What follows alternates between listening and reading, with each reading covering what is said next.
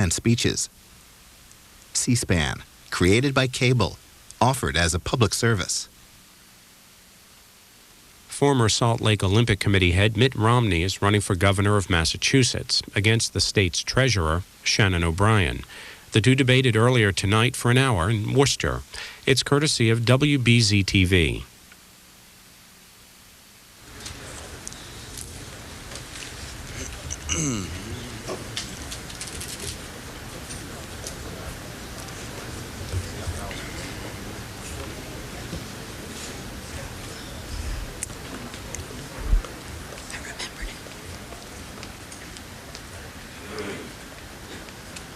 Good evening. I'm Judy Woodruff with CNN, anchor of Inside Politics. Thank you for joining us tonight for this gubernatorial debate at Worcester Polytechnic Institute. 5 weeks from today, voters in Massachusetts will go to the polls to pick a new governor.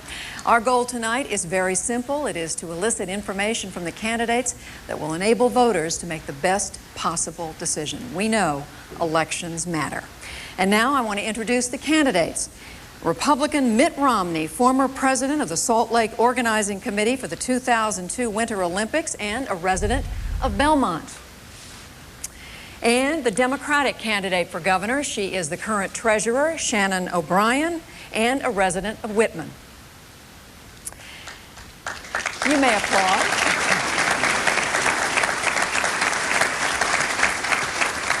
Now, we want to tell you this debate is being made possible by a consortium of media organizations, the Boston Globe, New England Cable News, WBZ-TV, WCVB-TV, WGBH-TV, and WHDH-TV. Representing that consortium tonight are our panel of questioners, starting with Natalie Jacobson of WCVB, Katerina Bandini from WHDH, Scott Lehigh from the Boston Globe, and Allison King from New England Cable News. Tonight, the candidates will be answering questions from the panelists, from me, and then they will ask one another some questions.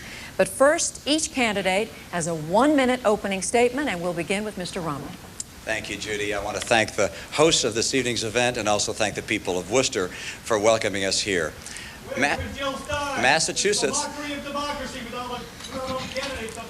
I'd love to have Jill Stein, and I'd like to have all the other party candidates here, and we wrote a letter to the organizers of the debate asking them to invite them here this evening, but unfortunately the organizers of the debate decided not to do that.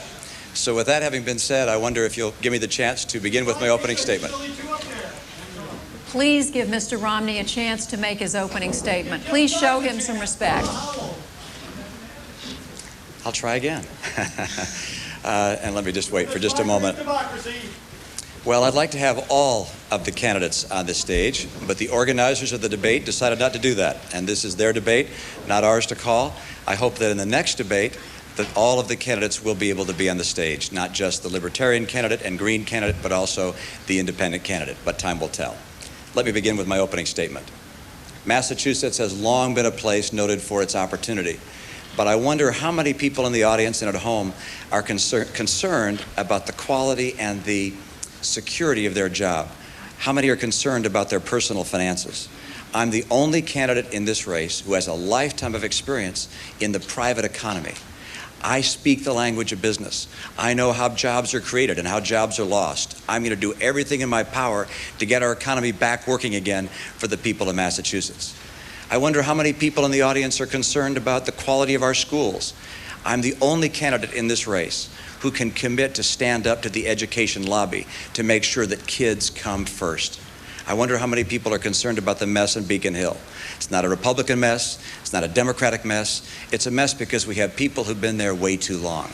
We need to have someone like myself who's independent, who's had experience fixing things, who can come in and make sure that Massachusetts works for the people again. Come join this campaign. Let's make Massachusetts work for all our citizens.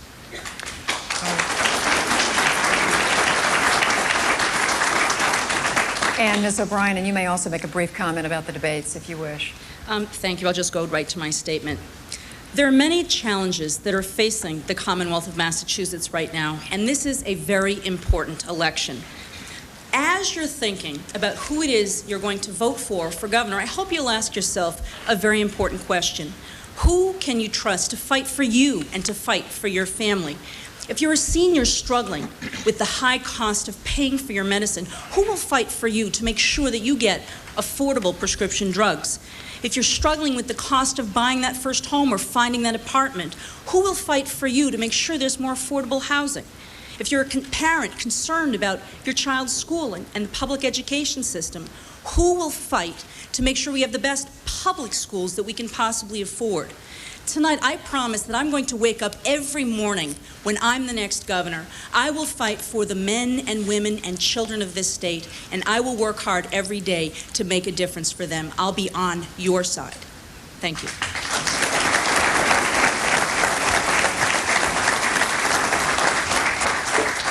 And now the candidates will have 1 minute to answer a question from the panelists and then 30 seconds to respond to one of the questioners' follow-up questions. Let's get started with Natalie Jacobson with a question for Mr. Romney.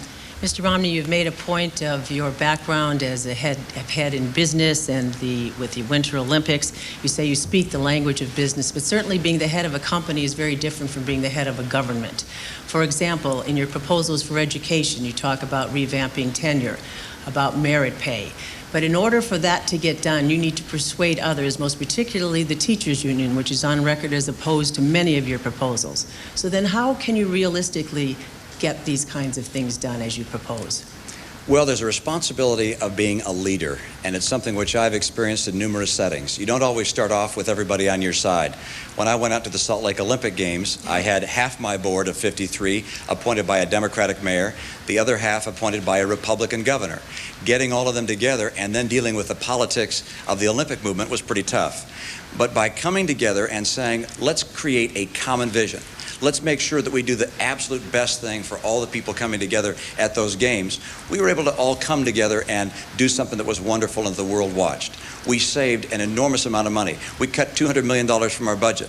A $387 million deficit was erased and became a $100 million profit. These same kind of accomplishments are possible in Massachusetts by having a leader who will speak to the people and generate support from the people to go to the legislature. We'll work together to assure that all people in the Commonwealth express their views. It'll be a public process that involves people from across the Commonwealth, and together we can make change. We can't allow our state to be run by Beacon Hill insiders forever. Time is up. And Mr. Romney, you mentioned money. That's a big issue here, certainly in this state at this time. Sticking with the education issue that I brought up, you suggested taking disruptive children out of the classroom. Where would you put them, and how would you pay for that? Well, all of the programs that I've put together for our education plan come to a total of about $36 million. And what I want to do is to take kids who are disrupting a classroom, and instead of putting them in special education, which is an expensive process by itself, I want to take those kids out of our regular classrooms, out of special education, and put them in a separate, tough love program that allows them to progress, but also allows the kids that are around them in the classroom to be able to proceed with their own education. It's time to make sure we focus on those kids who want to learn, and we take disruptions out of the classroom. All right, Katerina Bandini with a question for Ms. O'Brien. Treasurer O'Brien, there is no doubt that gender is an issue in this race, and you recently said, I think that whoever wins the women's vote probably will be the next governor of Massachusetts. Doesn't that logically mean the focus of this campaign will be on women at the expense of men and minorities? Absolutely not. I am very excited about the prospect of being the first woman ever elected governor of Massachusetts. Women are very excited by that prospect as well. They want to make sure that their issues are going to be paid attention to. They pay attention to schools and making sure we have better daycare opportunities. But men and women want the same thing. They want a strong leader, someone who has experience to go in and fix the problems on Beacon Hill. I've already demonstrated that I know how to do that. It's why I believe I won the primary, but I also think that it's not only experience, but it's values. And men and women also want good schools. They want good education for their kids. They want a strong economy so that people have good jobs. I think that what I bring to the table is the best experience, the ability to get the job done, but the right set of values. I will be fighting every day. I'll be on the side of working men and women and their children, and I will fight for them every single day. That's why I think I'm going to get elected. I didn't hear you mention anything about the minority community. They've already said they feel excluded from your campaign, and one person in particular has said they don't feel in your years of public service you've done anything for them. I certainly have a strong track record supporting issues that are important to members of the minority community. But you know what? We can always do a better job. It's why I took the opportunity to meet, and I think you were referencing Senator Diane Wilkerson. She did raise the point that the Democratic Party may be taking the minority vote for granted. I don't take the minority vote for granted, which is why I'm the only candidate in this race who is focused on issues that are of particular importance to minority candidates. There is a health care gap between minority citizens. The infant mortality rate for Latino and black babies is much higher.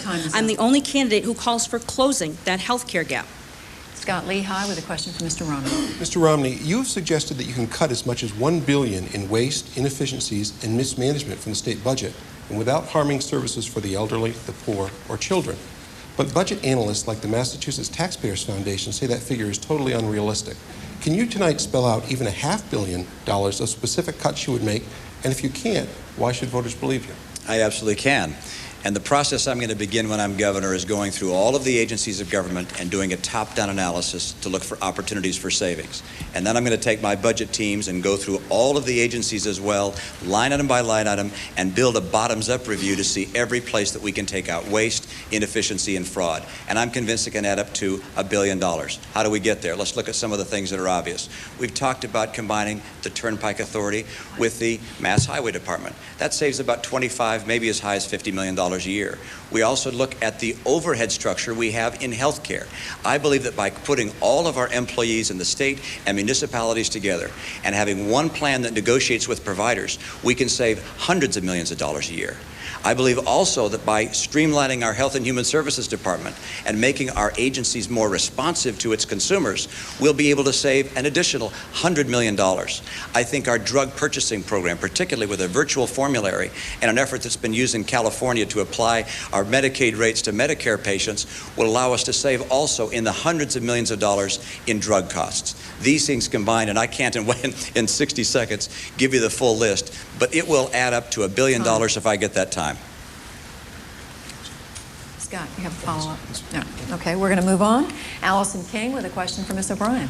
Ms. O'Brien, during your first 2 terms in the legislature, you were pro-life on the abortion issue, saying back then that you would only support abortions in cases of rape, incest, or a threat to the life of the mother. Since then, you have changed your position on abortion, and you now consider yourself pro-choice. Because the abortion question is grounded in such strong ethical and personal convictions, you have been accused of changing your opinion to attract more voters in a state that is strongly pro-choice. How can you explain a flip-flop on an issue of such a powerful personal nature? When I was a young legislator, and let me clarify for you, I ran in a conservative Catholic, heavily Catholic district. I ran and I supported abortion rights in the case of rape, incest, health, and mental health of the mother. But I became aware by talking to many constituents that a woman's health included the right to control her own body. And I did shift my position, change my position on abortion. But since that time, I've been a strong and passionate advocate of a woman's right to choose. I supported the clinic access bill. I've taken numerous votes that demonstrate quite clearly that I am a passionate and committed supporter of this important right. As a result, I've been endorsed by many leading women's groups that support a woman's right to choose. I've been endorsed by Emily's List. I've been endorsed by NARAL, the Mass and National Women's Political Caucuses. I think that I have the strongest record on choice, but the biggest difference is because of that demonstrated record of support, people know that they can trust me with this issue. Now, Mitt Romney says he is personally against abortion, but he insists that he would protect a woman's right to choose.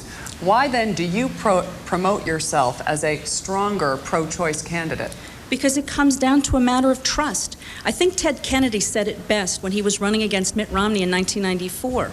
His opponent wasn't pro-choice or anti-choice, he was multiple choice. Just a year ago, when he was in Utah thinking of running for the governorship of Utah, he told the people of Utah he didn't wish to be considered pro-choice. But when he came back to Massachusetts, he once again shifted his position. One of his close friends actually made a statement in the paper that said that he waffled in the 1994 election, because in Massachusetts you have to be pro-choice to win. There's a difference. I have a track record demonstrated for many years. My opponent has shifted his positions depending on where he'd like to run for office. Mr. Romney, you have an opportunity to respond here. Yeah, I want to give that some context. First of all, just a correction of the record with regards to my comments when I was out west. And that is, I indicated that I didn't want to be called pro-choice, nor did I want to be called pro-life, that I didn't accept either label. Let me give you the background. In 1970, there was a woman who ran for U.S. Senate in a conservative Republican state. She took a bold position, because this was before Roe v. Wade, a position that she was in favor of choice. She lost, but she did it with great honor and with boldness. She was my mom, Lenore Romney. She had strong personal views on the issue, which she abided by. She also believed in the separation of church and state, as I do. Let me make this very clear. I will preserve and protect a woman's right to choose, and this should not be made a political issue in this campaign. Thank you. All right, Caterina Bandini with a question for Mr. Romney. Mr. Romney, despite your best efforts, there is still some skepticism as to whether you will serve out all 4 years if elected governor. Perhaps this might be a way to prove it. Would you be willing to write a check for, say, $1 million to be forfeited to the state if you renege on that promise and do not serve out all 4 years? Well, I'm not wild about gimmicks, I must admit, and I'm afraid it would bounce anyway. So, but let's stand back. Let's stand back and make it very clear. And if it comes down to that, by the way, if that's what it comes down to, we'll find some way to make sure you recognize that I'm here all 4 years. Look, you don't put your heart into something like this and say I'm going to come for 2 years and leave. I am absolutely committed to being here all 4 years. I don't care who calls me and asks me to do whatever. This is where I'm going to stay. And I'm going to stay here because the job can't be done in 1 year or 2 years or 3 years. It takes 4 years to fix our schools. It takes 4 years to fix the mess on Beacon Hill. It's going to take 4 years to get our economy so robust again that people don't have to worry about their jobs. It takes 4 years to make sure our seniors know that they can count on a great retirement in Massachusetts where they can afford prescription drugs without having to worry about trading off their housing or their food for those drugs. It's a 4-year job, and I commit to be here all 4 years. Okay. And the reason I ask is that it brings up the issue of trust, which we've already heard tonight. A recent poll of sample voters found that Shannon O'Brien had a higher trustworthy rating, if you would, than you. How do you overcome that? Well, give me time. I must admit that which I value most in my life is my reputation for honor and integrity. It's frankly the reason that the organizing committee of the Olympic Winter Games asked me to leave my home and my business and move to Salt Lake City to run the games there. I have a reputation for honesty and integrity. And the real issue that the voters face is, who will tell you the truth about raising taxes? Who's going to tell you the truth about why our pension fund didn't perform as well as it should have? Who's going to tell you the truth about why our schools need to be improved and how to go about doing it? These are the issues of honor and integrity I intend to take to the voters. All right, next question from Natalie Jacobson to Ms. O'Brien. Ms. O'Brien, you've said that you oppose giving tax breaks to corporations and companies to bring them to Massachusetts. Many states are involved in very intense competitive programs to bring companies in to grow their various states. If you don't give tax breaks, what's going to entice a company to come here rather than go somewhere else where it is more economically favorable for them? I believe that we have significant resources to grow our economy within the borders of Massachusetts. We're here in Worcester. One of the things that Mayor Murray, who's in the audience, has been talking to me on and off about is the Gateway program, which is using the clout of this community's strength. Worcester Polytechnic has a bioengineering department. We have a higher education institution, UMass Medical Center. We should be using the strength that we have here in Massachusetts and turning that into good jobs. The Gateway program will create marketable products so that we can use the clout of the academic and healthcare institutions here to turn them into products that we can sell. That makes a lot more sense than doing what other states have done that don't have the same kind of assets that we have here. Alabama spent $300 million to attract companies to come into their state. That's because they don't have the same resources we have here. I know what I'd do with $300 million.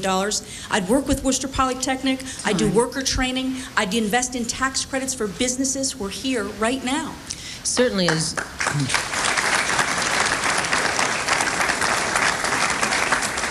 you know as well as anybody in this state, we have a budget crisis in this state. We don't have enough revenue. So if you don't entice companies to come in here and get all of that tax money that benefits from the companies doing business here, where do you get that kind of revenue? The whole point is we will be generating increased tax revenues by growing the businesses that are here right now. This is not an economy, and my opponent doesn't understand this. We're not going out to get big Fortune 500 companies to move here. The only way we're going to get them to move here is with corporate welfare, with giveaway programs. We have small companies that are on the verge of creating new technologies, to create new therapies, to help people. That's how we're going to create our jobs, focusing on the small and medium-sized businesses. The cost of that will be far less expensive than trying to lure these dinosaurs from other states to come here. All right, the next question from Allison King to Mr. Romney. Mr. Romney, today's New York Times reports that a man named Jimmy Ray Bromgard is being released from prison after serving 15 years for a rape he didn't commit. In Massachusetts alone, nearly a dozen men have been exonerated, and death row inmates around the country have been released after DNA has proven them innocent. In light of these mistakes in the criminal justice system, how can you continue to support the death penalty? Very simple. Science is our friend. We now have the ability, through DNA testing and other scientific forensic capabilities, to determine whether there is incontrovertible evidence associated with a particular conviction.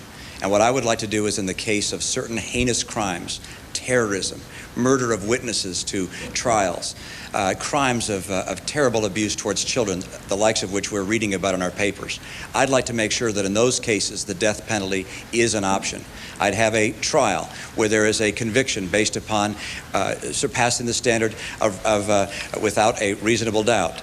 But then I'd also have a separate procedure, which would be based upon assuring that there is incontrovertible evidence that the person is guilty. And in that circumstance, where there's a heinous crime and such clear evidence, I believe the death penalty is necessary. It deters such crimes. It is the right thing to do. And I'm convinced it will make a difference for the safety of the people of Massachusetts, and that's why I support it. Do you feel that way even though DNA evidence is not always available and eyewitnesses have been proven to not always be reliable? Would you rethink your position? No, let me make it clear in terms of what my position is. I would only favor the death penalty in those circumstances where incontrovertible evidence were available. So, for instance, were there only suggestions of circumstantial evidence or things of that nature, and where DNA evidence were not possible or blood evidence were not possible, then in those circumstances, I'd say it's not worth taking that risk with human life. They'd be in jail for the rest of their life without parole. But only where the evidence were clear, convincing, and incontrovertible would I take the step of terminating a person's life who committed such a vile and heinous act. All right, and Scott Lehigh has the last question among the panelists, this one for Ms. O'Brien.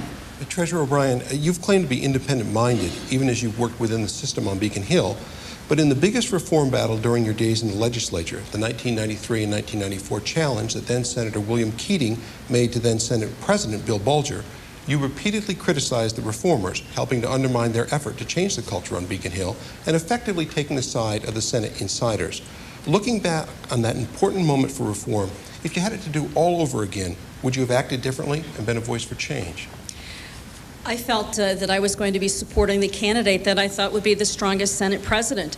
You know, one of the things that I have done throughout my entire political career is stand up and support people that I think will help me accomplish the agenda that is best for the people of my district. You know, we talked about choice a couple of moments ago. One of the things that I did as part of the leadership team in contravention to the then Senate President Bill Bulger was I was able to get the clinic access bill through the state Senate over his objections. He didn't support a woman's right to choose. I did. And even with that, I was able to have that voice and to have that success to stand up for women. So I think that obviously that was a political fight. It was a number of years ago, but I felt very comfortable that even with that leadership, I was able to get things through the Senate over the objections of the Senate President because I know how to work to get things done, whether I agree with the members of the legislature or whether I don't. But if you really were a reformer, wouldn't you have done what Lois Pines and Warren Tolman and a number of others highly identified reformers did and joined Bill Keating in his challenge to the Senate leadership? Look, I'm very proud to actually have Bill Keating's support in this race for governor, because I think that he believes that I will be a strong reformer, that I will stand up to the status quo on Beacon Hill. Again, I give that one example, that even though you had a Senate president who was adamantly opposed to abortion rights, I was still able to work around the leadership. So I understand that it's not who's the Senate president, it's not who's the Speaker of the House, it's how a leader gets along with other people to get things through, how when you disagree with someone you can still push an agenda. I feel very proud of that record, and I'm going to do the same when I'm governor, regardless of who's Senate president or regardless of who's Speaker. All right, that concludes the first section of our debate, and I want to thank our panelists very much for their very good questions. Now the candidates are going to have 1 minute to answer a question from me, and your opponent will have another minute to respond or react as well. My first question is for Ms. O'Brien. As a lifelong Catholic, you have seen your church racked with a scandal this year. Priests in the church accused and found guilty of violating their sacred bond by molesting minors. Now that much of this is out in the open, do you believe the church has done everything that it should to root out the wrongdoers, and has the church held accountable all those who should be held accountable, no matter how high their position?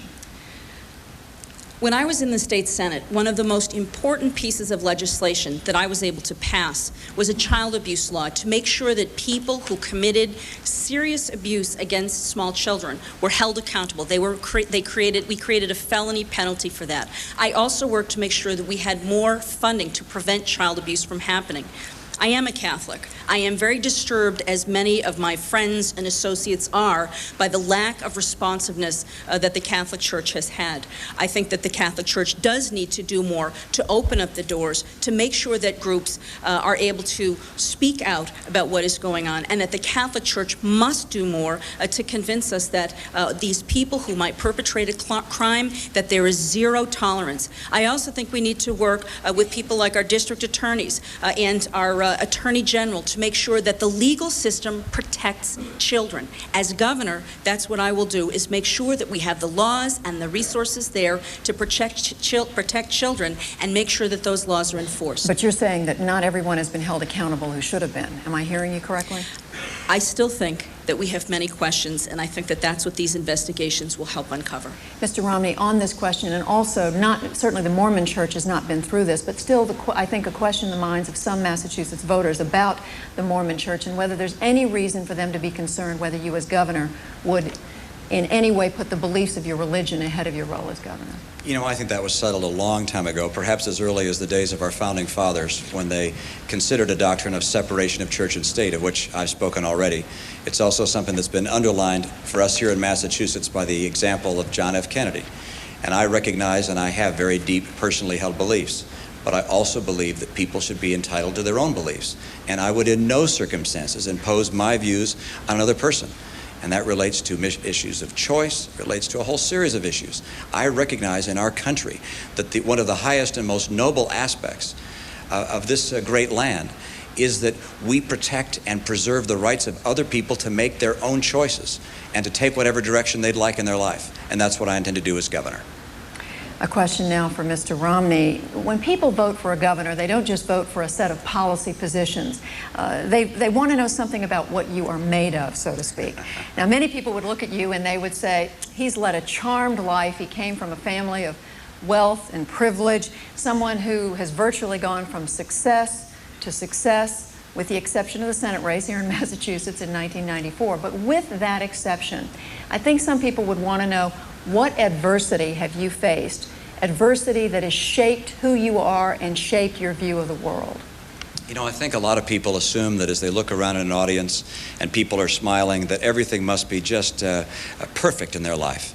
And they don't think there are any problems there. But most people I know carry a little bag of stones behind them. And in that bag of stones are the names perhaps of a child or a relative or someone who's having a problem. And we all face that. And I don't want to talk about deeply held personal issues that might exist in my family. But I would say that perhaps the most challenging element that my wife and I faced in our recent past was her diagnosis with multiple sclerosis. Going to a doctor and having the doctor indicate that he wasn't quite sure what was going on there, but seeing my wife unable to respond as she normally had, made us both worried. And we said to one another, if it's not terminal, we can live with it. And when we found out it was multiple sclerosis, we were delighted because it wasn't terminal. And she has done extremely well. But it's the sort of thing that we don't wear in our shirt sleeve. It's the sort of thing that goes on in everyone's lives across the Commonwealth. We're each people. We each have things we care deeply about. Family, health, these kind of matters affect all of us. Ms. O'Brien, I think people would look at you and say she's led a pretty charmed life too. Not exactly the same background as Mr. Romney, but you come from a very comfortable family here in Massachusetts, a family with some influence. What adversity in your life has shaped you? I have been very blessed in terms of the health that my family has enjoyed, in terms of the ability that I've had to do well. And so I'd have to say that the adversity that's been in my life hasn't been in my life that shaped my worldview. I worked as a public defender in my third year in law school, and I had an opportunity to meet clients who were living in poverty, clients who had been abused as children, clients who were the victims of domestic violence. That experience said to me that there are people out there who are very different, who come from very different backgrounds. And I wanted to be, in the worst way, I wanted to be a lawyer who was going to make a lot of money. And then when I got into this program, I saw that maybe there was an opportunity for me to do something with the law to change laws so that people had a better opportunity in life. So I have been very blessed. It's hard for me to sit here and to rack my brain and to tell you something terrible that's happened to me or my family. We've been very lucky. But seeing what other people have gone through, it has really colored what I want to do with my life and my ability to be in public service. Now a question for you, Ms. O'Brien, when it comes to heterosexual relationships, you and Mr. Romney have advocated the value of family, the sanctity of marriage. You both are married. But when it comes to homosexual or gay relationships, you advocate, Ms. O'Brien, civil unions, as I understand it, but not marriage. Why not? I support civil unions, just as when I was in the state legislature, I supported civil rights for gay people. I supported making sure that they were treated under the law the same way that other people would be. Civil unions will be an important step forward. If we pass this law here in Massachusetts, as I intend to work for and to sign when I'm governor, it will be an important step forward. I do believe that marriage still has connotations, emotional connotations, religious connotations for a number of people. But the reason that I support civil unions is I think this is a battle we can win. I think that this is a battle because when I talk to most people, they understand that this is a fundamental right, that you be able to visit your loved one in a hospital. It's a fundamental right that you be able to inherit a property. So I support civil unions because I think this is a profound and important step forward so that we can have equal rights for people in this Commonwealth. Because I think that the term marriage, I think that it's emotionally charged, and frankly, we have a group of people right now who are trying to pass the Defense of Marriage Act. There are probably people here in this room tonight who signed that petition. I think that that is a petition that is unfair, and I think that this will raise emotions. I think that it will create some problems. This is something we can win, and I'm very happy to sign that and support it. Mr. Romney, as I understand it, on the same issue, you support some benefits for gay couples, but you do not support civil unions and do not support marriage. Is that right? And if so, why not? Well, there may be a semantic issue with regards to the term civil union, but call me old-fashioned, but I don't support gay marriage, nor do I support civil union if it is the exact embodiment of marriage, except it doesn't have that term. If you will, if a civil union is Vermont-style civil union with all of the associated benefits associated with marriage and civil union, then it's the same thing for me for all intents and purposes, and I draw the line there. Now, what do I favor? You're absolutely right, Judy. What I favor is to have an opportunity for people to enter into a relationship where there can be visitation rights, where there can be inheritance rights, basic civil rights that associate with people who want to enter into such a relationship with one another. But I do not favor marriage between gays. I think marriage should be preserved for a husband and a wife of opposite genders. All right, and now a question to Mr. Romney. It's been almost 10 years since the state of Massachusetts launched a massive effort to address, court-ordered, to address problems in the public schools in this state, to deal, among other things, with disparity among rich schools and rich district schools in poor districts. Here we are, 9 or 10 years later. How much of that disparity still exists? And how much of it do you believe is just, it's just going to be there? Life is unfair, and it's just going to be that way. If you live in a district where the incomes are lower, you are going to have poorer schools, and that's the way it is. What is your view? Well, a great deal of the disparity does still exist, and now, since 1993, $8 billion later in spending with foundation budgets to make sure that all of our kids get a foundation expenditure amount, we still see a huge gap between some school districts and others. Our MCAS scores are showing we have some districts doing real well, but a lot of our urban districts are not doing terribly well. This is the critical issue we now face in education reform. Can we finally take the steps to make our urban schools every bit as good as our suburban schools? And I have a plan to do so. I want full-day kindergarten. I want parent preparation courses. I want to make sure that there's teacher tenure reform in those troubled districts. I want to have merit pay for our best teachers. I also believe that it's critical that our kids know that we're supporting them and that we take the discipline problems out of that classroom. And perhaps most important, I want English immersion. I want kids to be taught in English. I'm looking at test scores coming out of California, and they're fabulous. Kids that have English immersion have the skills they need to compete in our economy. It's a great benefit for them. Ms. O'Brien, same question in terms of how much of this disparity just has to be there. I don't believe the disparity does have to be there, and I'm going to fight hard every single day to make sure that every child has an opportunity to learn and to get the skills they need to reach their dreams. One of the most important things that we can do is to fix the bilingual system. The language gap is one of the most important contributors to the learning gap in this state. We have a new law that was passed just about a month and a half ago. We should allow that law to stand. It is sweeping reform. It is the most sweeping reform of any state in the country. It calls for accountability. It calls for schools that are not transitioning children from bilingual programs into English classes. It calls for those schools to be taken over by the Commonwealth of Massachusetts. But we shouldn't have a one-size-fits-all program. My opponent says that the state of California has done a good job. In fact, with the UNS-like program in California, only 9% of students in that state each year are actually transitioning into English-only classes. We have a law, we have to let it work, it will require accountability, and we must support it. All right, thank you. Now it's time for the candidates to ask one another questions. You have a minute to answer and a minute to follow up. The first question will be from Ms. O'Brien to Mr. Romney. Here in Massachusetts, the Constitution precludes the use of public funds for private schools. But on the national level, many Republicans, George Bush included, want to have vouchers for schools. I'm going to write a letter to President Bush tomorrow because I oppose vouchers. I think it will take money away from our public schools. Will you sign a bipartisan letter with me to President Bush to say that you oppose vouchers for private schools? Well, we're not going to have vouchers for private schools in Massachusetts, and I'm not going to suggest we use a voucher program in Massachusetts. We can't afford it, and it's not a good idea in Massachusetts, and that's why I support the education reforms I just described, starting with immersion in English. But I also support the charter schools we have in Massachusetts. They've outperformed the other public schools in terms of test scores coming back, so I think they're doing a great job. But vouchers, I have no interest in seeing them in Massachusetts. But by the way, I like the fact that there's a voucher program out there at a federal level, because I attended one public school that's making an application for a $25 million grant to get voucher money to help that public school. That's something I supported and passed along to the White House, actually said, this is a good idea. Let's see if we can't make that happen. As to what happens in other states, I'm not going to worry about that. I'm going to worry about what happens in our state. And in our state, the schools that we have need to have the kind of improvement I've described in terms of English immersion, in terms of teacher tenure reform, in terms of taking our discipline problems out of the classroom and put them on a separate track. These are the issues that I'm going to lead in. Ms. O'Brien, you have a follow-up.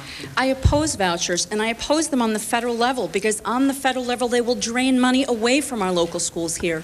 One of the things that I want to do when I'm governor is to create a literacy program. Federal monies will be coming back to help us create that reading program so that every single child has the building blocks to learn reading well. If we take federal money away, it will be taken away from our Massachusetts schools. I just don't believe that with all of the problems that we have in our public schools today, that we should be taking any money away from them and diverting them to private schools. All right, we have a question now from Mr. Romney for Ms. O'Brien. Yeah, I just want to clarify the $25 million coming to Massachusetts is going to a public school, not a private school. That's why I said as long as it's going to a public school, you and I are on the same team, but I hope that you will oppose money going to private schools, and will you join me in signing that letter? I am going to make sure that everything we can do in Massachusetts makes our schools better, and I couldn't care less about what they're doing somewhere else. But I'll tell you one thing, what does bother me... So I believe the answer is no. What does bother me is that 10 years ago... I'm not going to... Okay, thank you. I'm not going to... Let me tell you, this state 10 years ago, for each dollar we sent to Washington, got back $1.06. Today we get back 84 cents. It's time to stop worrying about vouchers somewhere else that I don't think are even being applied yet, and start talking about how we make sure that we get the money that we're sending to Washington back to our state. That's exactly what I'm talking about. I want to make sure it goes to our public schools. Okay. That money should go to our public school children and not to private school kids. That's just what we're doing. All right, now we have a question from Mr. Romney. Okay, Mr. Bryan. great. Thank you. I think we both agree that what's happening right now in our economy makes a lot of people nervous. We've seen layoffs. We've also seen a rise in the unemployment rate. I believe we have an employment crisis. What are you going to do during your first 60 days as governor to increase jobs in Massachusetts? Under the Weld administration, they abolished the Secretary of Economic Affairs. I know that economic development is one of the most important things that I can engage in as governor. Now, I know that jobs are created in the private sector, but the Commonwealth of Massachusetts can do everything to foster a good environment for that growth. I want to make sure that we have a leader who will help make sure that we focus on economic development. I want to make sure that we look at our tax code to make sure that we're providing incentives for businesses that are here to do well. I want to make sure that we have smart worker training programs so that people have the skills that they need to fill those jobs. I mean, my economic development plan is one that focuses on the resources that we have here. It focuses on small and medium-sized businesses. I think that you will find that we have a very strong platform on economic development, and when I'm governor, we'll make sure that more jobs are created here. Thank you. I believe this is a very important issue that transcends issues of focusing or discussing or building new bureaucracies. What I intend to do is to have regional economic boards in each region of the state prepare for me a list of companies in their region they think are at risk, and I'm going to sit down with them and talk to them about keeping employment in Massachusetts. And secondly, I'm going to ask them for the names of companies anywhere in the world that they think have interest potentially in coming to Massachusetts. Little companies, middle-sized companies, big companies, I don't care. And I'm going to go out during those 60 days and call on those companies. I'm going to work as a tireless salesman to assure that we bring more jobs to Massachusetts. It's a high priority. It's critical, I believe, in these next 60 days. I wish I were already in the governor's office to get this plan underway. Thank you. I believe... The only follow-up I would have is we already have those regional programs that you're talking about right now, so I think that your plan is redundant. Again, we need to focus on the businesses that are here right now and work to make sure that they grow. I believe that if we're trying to attract businesses to come into Massachusetts from out of state, that the corporate welfare, the giveaways that we're going to have to put on the table will be far too expensive. We can spend our money much smarter here. Working with groups like Worcester Polytechnic and the Gateway program, we can spend our money here and grow those jobs so that more people have good jobs to work in. No, all right, now, Ms. O'Brien. I got to retort to that. Okay. Yeah. Actually, what you'll find if you talk to those boards and you look at their materials as I have is that you found out since 1993, we haven't had an economic development strategy in our regions. We haven't laid out how airports, highways, the environment, and economic development fit together in a holistic plan. We don't have a strategy. When there's no strategy, it's easy to implement it. I want a strategy that identifies companies here that we can work to protect and companies elsewhere we can bring to Massachusetts, and I will make it happen, and I'm not going to do it with corporate giveaways. At the Olympics, we raised $860 million from corporations. We didn't have to pay them a thing. All right, Ms. O'Brien. Ms. O'Brien with a question for Mr. Romney. Mr. Romney, one of the things we've heard earlier this evening is the issue of debates, and I think that debates are very healthy for us as candidates. As a matter of fact, when you're trying to get the biggest job in Massachusetts, they're kind of like a job interview. You have refused to have more than 3 debates. Now, if we really are serious about this job, and if we're really serious about these job interviews, I think we should have more. We should have 1 debate just on education. We're not going to have enough time to really fully vet your education plan and my education plan tonight. This Thursday, you and I are going to be together. We're going to have a debate. We could invite all of the other candidates. You and I could do that. We're going to be together. You've refused to let me stay in the room when you speak. Now, I believe that we should have more debates, and I'm going to ask you, will you agree to more debates as part of our job interview process for the people of Massachusetts? Let me say tongue-in-cheek that this is a very important issue. But I'm going to say instead that it's very, very important that all of our citizens get a good night's sleep. And if we have to have them watching these debates, they're just going to get bored to tears, and they're not going to be able to get a good night's sleep. Now, let me be serious. And that is, you know, we've had gubernatorial debates in the past. And we've typically had 2 debates in a gubernatorial race. I've increased that to 3. Actually, when I ran against Ted Kennedy, I wanted 3 debates. He said no, only 2. I've increased it to 3. We have a debate every other week since the primary. And I want to spend my time out talking to people, listening to people. As a governor, I'm not going to spend my time in front of the TV talking to them. I want to go out and listen to what people in the Commonwealth have to say.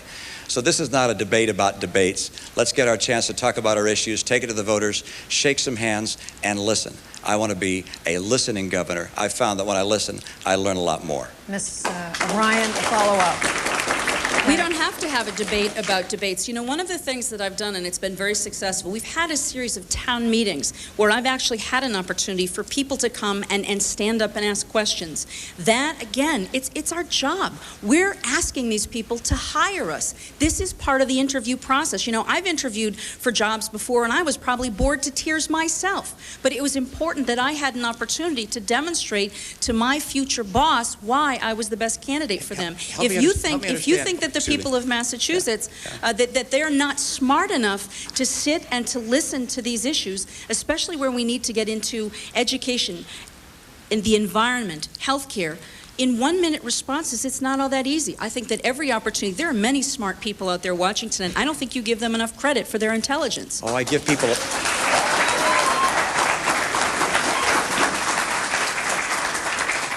I give people a lot of credit for their intelligence, and I looked at the previous gubernatorial races and my Senate race against Senator Kennedy, even the presidential debates, which there were 3, is that right?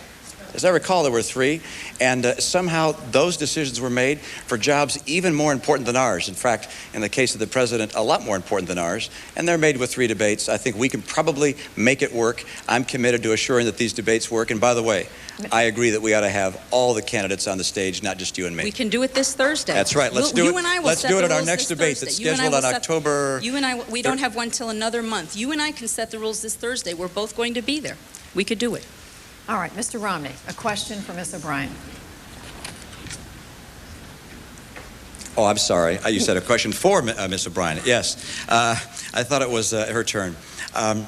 You know, you've promised the voters that you would lower the amount of state debt per person that exists in Massachusetts. That's a commitment that you made when you were running for office. It's tough to do that because you don't really control the budget. And yet you said, I will stand up and engage the governor and the legislature. I will use my bond writing capacity to assure that we do not increase the state debt per person. And yet you didn't follow that promise. You broke that promise. We now have the highest state debt per person of any state in the nation. Why did you change your pitch on that? I didn't, and I guess maybe you don't understand who is responsible for issuing for issuing that debt. It is the governor and the legislature that approve that. But what my job is, no, and I absolutely, my question what I did, that you promised that you would you let me answer? Of course. Thank you. I know you're so excited, but anyway, we've got to, you know. The fact is, there's only one person up here who can actually say that she cut the cost of borrowing. By managing our state's finances smarter, we cut the cost of debt by over $500 million. As a matter of fact, Governing Magazine recognized the work that I did as treasurer and said that last year our commercial paper program saved the taxpayers so much money that it was the deal of the year in that magazine. Now, I actually did file legislation.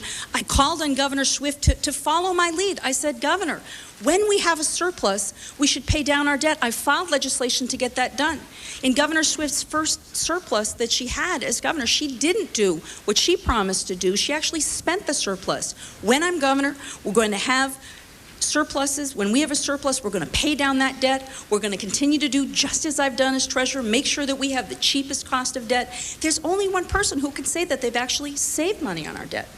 Let's come back to the original promise. And that is, you said that you would engage the governor and the legislature and use your bond authority to make sure we lowered the debt per person in Massachusetts. And you didn't do that. You raised it. And we have the highest debt per person of any state in the nation. You also say you saved $500 million in our debt costs. How can you take credit for what Alan Greenspan did? He was the one that brought the interest rates down. You didn't have to do anything besides refinance our debt, and people all over the Commonwealth are doing that when they refinance their debt at their homes. Do you take credit for the fact that Alan Greenspan lowered interest rates? You know what I take credit for? I worked hard to elect Bill Clinton president, who brought those interest rates down. That's one of the things I did. And the other thing is, again, I've been acknowledged for the work that I did. I had to file legislation. Because the administration and the legislature didn't understand that our new innovative idea, it was called cash defeasance. You don't have to know what it is. You only have to know that with that one transaction, we saved the taxpayers $200 million. By managing our state's finances smarter on the convention center, we saved almost $10 million, so they actually get to finish the building. So for you to attack my record, I think it belies a profound misunderstanding of who's responsible for debt, who's responsible for debt costs, and my record is very clear. We've saved over $500 million. I've fought the governor, I've fought the legislature, and as a result, we've had success in reducing the cost of debt. There's no question that either Bill Clinton or Alan Greenspan is responsible for having brought interest rates down. And if interest rates had not gone down but gone up, would you have been able to save any of that $500 million? Certainly, we took advantage because I helped Bill Clinton get elected president, we were able to make sure that we had someone in there who did a good job of lowering the interest rates. I mean, I take a page out of his book. We have to get our financial house in order so that we can do all those good things that help people. But I took advantage of those favorable rates, but we did it in ways that had never been done before. We filed legislation, we changed the laws so that we could actually save the taxpayers more money. I'm sorry you don't understand it. Let's not go there. I've spent my life in finance as well, and I have a pretty good background in finance, and the answer is pretty straightforward. And that is that you were able to save $500 million just like all the other treasurers in the nation were able to do by refinancing our debt because interest rates went down. And it wasn't just because of Bill Clinton. It was also because of tough economic times, and Alan Greenspan has had to try and rebuild our economy. So it's taking credit for that is like saying it rained today, and I'm going to take credit for watering everyone's lawn. Very little time left. That was a lot of work for that punchline. That was a lot of work for that punchline, Mitt. I don't know. We are down to less than a minute before the closing statement, so you get a very quick question, Ms. O'Brien, and Mr. Romney, a very short answer. I'm sorry. One of your proposals within your health care plan would be to take away pain and suffering damages for people who are harmed in a malpractice situation. Alan Sager, a BU healthcare policy expert, has stated that your plan means bigger awards for wealthy people and lesser awards for poorer people, a two-tiered system of justice and a two-tiered system of healthcare. I don't believe that that's fair, that people who are less wealthy should have that burden on them. Can you please explain the medical malpractice system that you would support? Certainly. I think you made an error, and that is that we already have a limit on pain and suffering awards. It's $500,000. We also have actual damages, and that's, of course, whatever the damages are, and then we have punitive damages. And punitive damages can go without bound. It's that punitive damages that I propose making a limit. And I'm frankly not concerned with whether we have a limit on the total which would treat all the people the same, or whether we have a limit based on each one of the 3 categories. So it has no effect on someone's wealth. What I do want to make sure is that we bring the cost down of these malpractice awards. They're just going into lawyers' pockets. And let me tell you what that means to people at home. It means higher rates of interest, of health insurance cost, and that's something we have to change. All right, we now move on to closing statements. Mr. Romney is first. Thank you. You know, in usual times, the governor's race is perhaps not that critical, but these are not usual times. We have high unemployment. We have layoffs being announced even today. We have schools that are not making it. We have health care costs spiraling out of control. We have the most expensive housing in the entire nation. I'm a person who spent his life in the private sector. I've worked to fix things. In the 3 enterprises I've had the chance to run, each one has gotten better. My opponent has spent 4 years in management. I believe in mismanaging in some respects the aspects of the state treasury and lottery. I want to make sure that we do a better job. I'm not worried about rich people. They'll take care of themselves. I'm not worried about big corporations. They'll take care of themselves. I'm worried about people who don't have a lobbyist on Beacon Hill. I want to be your voice. I hope you'll join me, that together we can fix things in Massachusetts. We can add jobs, we can fix our schools, we can bring the cost of housing down. We can make sure that all of our citizens can afford good health care. I hope you'll join me. Ms. O'Brien. Thank you. Tonight, my opponent and I have had an opportunity to talk about our records and to talk about our plans for the Commonwealth. And you've had an opportunity to hopefully hear some very clear differences between the two of us. I've devoted most of my adult life to public service, and I am very proud of that record. I'm proud of standing up for working families, for seniors, and for taxpayers. I'm running for governor because I know that there's even more that I can do to help people like you in this state. I'm going to work hard every day to make sure that we have a strong economy so that we can create more and good jobs. I'm going to work hard every day to make sure that we have the best public schools that we can possibly afford.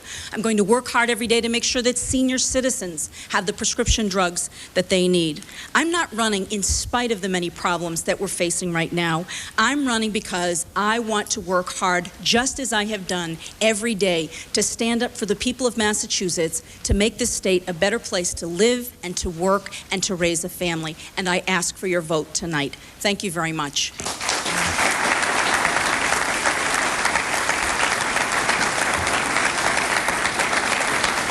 Thank you. That does conclude tonight's debate. I want to especially thank the candidates, Mr. Romney, Ms. O'Brien. I want to thank our panelists very much, thank our audience, thank all of you for watching. And this reminder, and of course I want to thank Worcester Polytechnic Institute for hosting this debate. A reminder, Election Day is November 5th. You have until October 16th to register to vote. I'm Judy Woodruff. Thank you very much for joining us tonight.